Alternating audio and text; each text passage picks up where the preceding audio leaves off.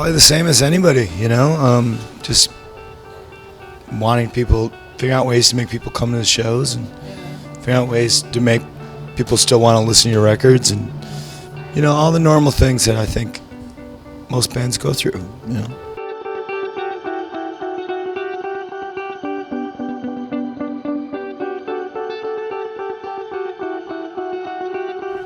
There were people that would put out records, and you'd meet them, and they'd go, "Oh, I'll put your 7-inch out," things like that. You just sort of connect with people, like networking Yeah, at a different level. yeah, some of that, yeah. And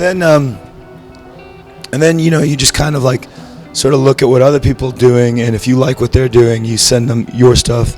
Just hope that they like it, and if they like it, maybe they'll put it out. And so there's a lot of that, of just sending stuff that we were working on to labels that we liked, and just hoping that would work out. And that's kind of what ended up happening.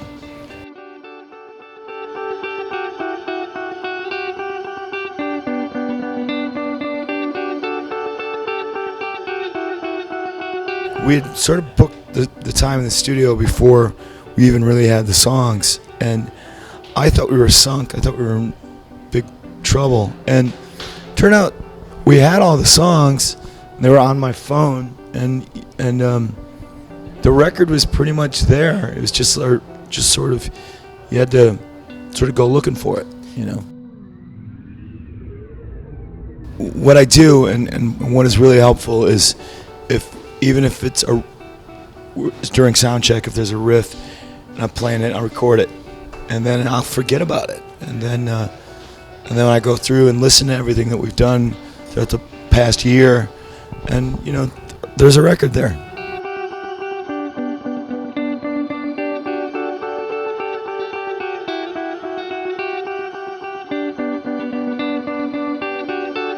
That was probably the moment when I figured out what kind of band we wanted to be and what we wanted to sound like.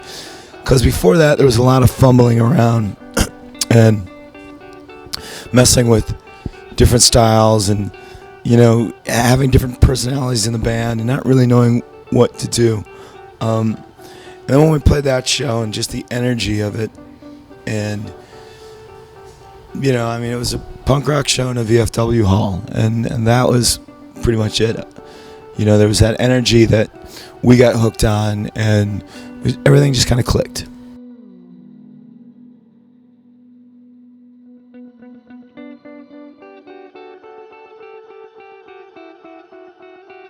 I think what was going on in Chicago and Seattle and Minneapolis, there's definitely cross-pollination with all those places. But, we weren't really from Chicago. We were outside of it. And so we were watching all that stuff, and it was all of it was a major influence, We were very aware of everything that was going on with Sub Pop and everything that was going on with Amphetamine Reptile, and so all of that was just as important to us, if not more so than what was going on with Touch and Go in Chicago.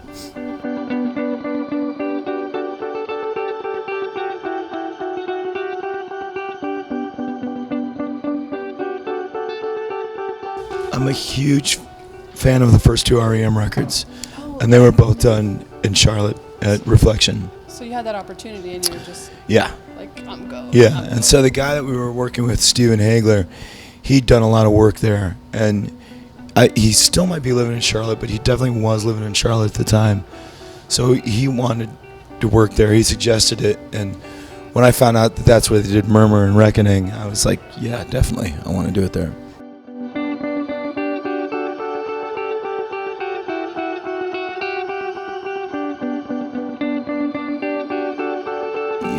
Feel like you're a little crushed, even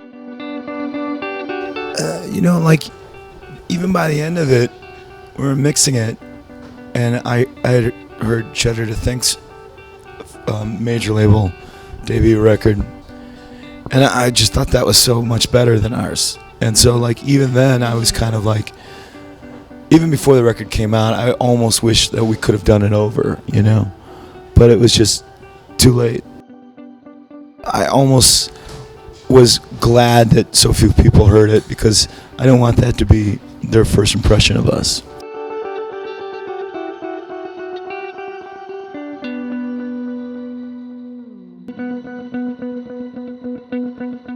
I mean, I don't think anybody has any say in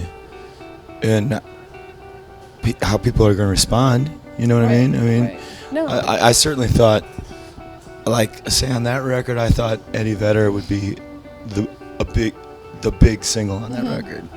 Yeah, I could see that. Yeah. But it, it wasn't. I mean, it like Bound for the Floor just kept going and it never died, and it just kept like we'd want to move on and release other singles, but they just kept playing it, and so it was like this. It was this thing that was out of our hands, which was great, but I mean, sometimes you wish people realized that there was other stuff going on. Right. But to complain because the song was doing so well for us seems a little churlish.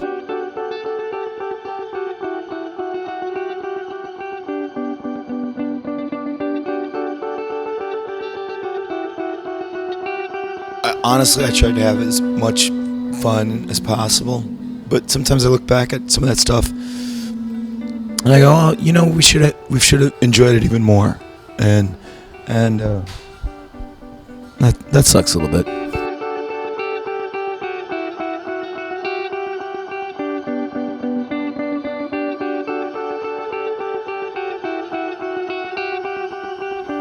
I mean, we worked with Roy because I wanted to sound radically different than our other two records. And I thought that's if you work with somebody like that, that's what would happen. But that's not the way it goes, I mean, you don't change just because you're working with somebody else. Like you thought, like you would. I thought it was going to sound like a Queen record. Your guitar different? Or well, something? Yeah, I don't know. I just honestly thought Magic Dust. Yeah, I just thought the record would sound different than it does. Just more different.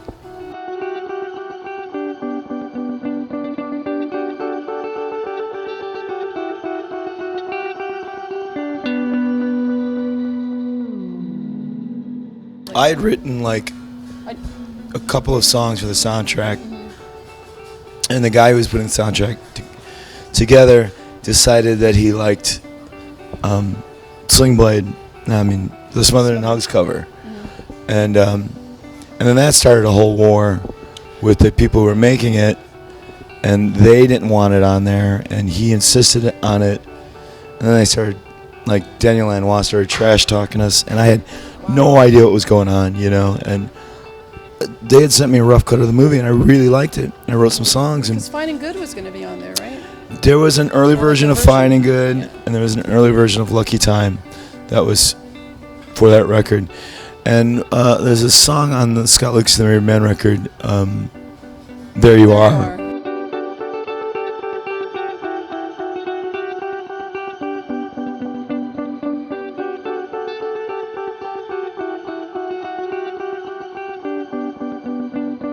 I don't know.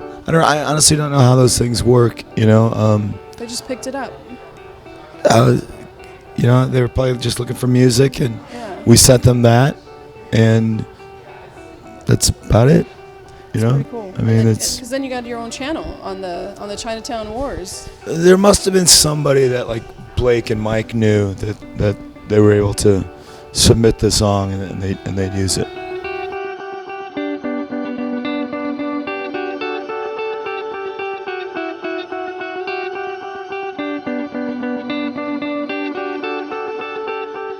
It was an idea of honestly wanting to have empathy with other people, and sort of see things through other people's eyes. I mean, I don't have a family.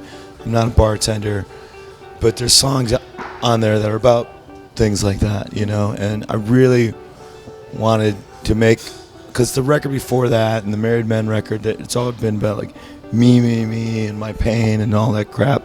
That's what I wanted to. Well, sometimes you got to do that too, But, I wanted to get away from that.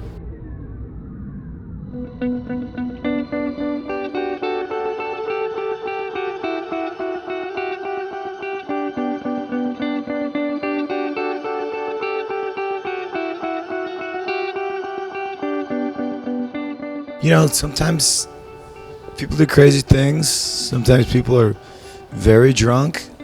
Sometimes,